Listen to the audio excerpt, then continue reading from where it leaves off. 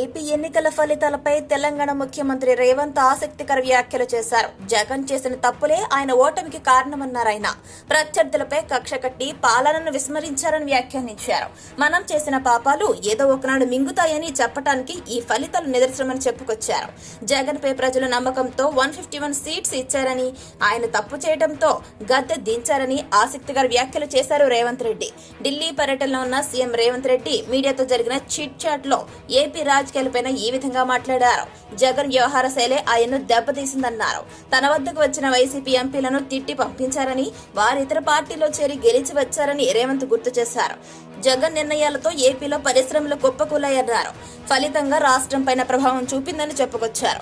చంద్రబాబు తనకు ఫోన్ చేస్తేనే హైదరాబాద్ లో జగన్ ఇంటి వద్ద కూల్చివేతలు జరిపించాలనే విమర్శల్లో వాస్తవం లేదన్నారు.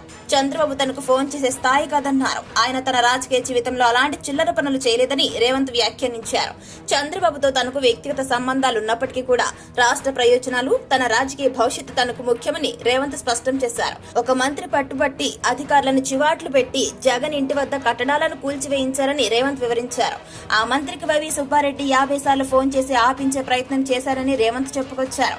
ఖమ్మం జిల్లాకు చెందిన మంత్రి ద్వారా కూడా రాయబారం నడిపారని వివరించారు.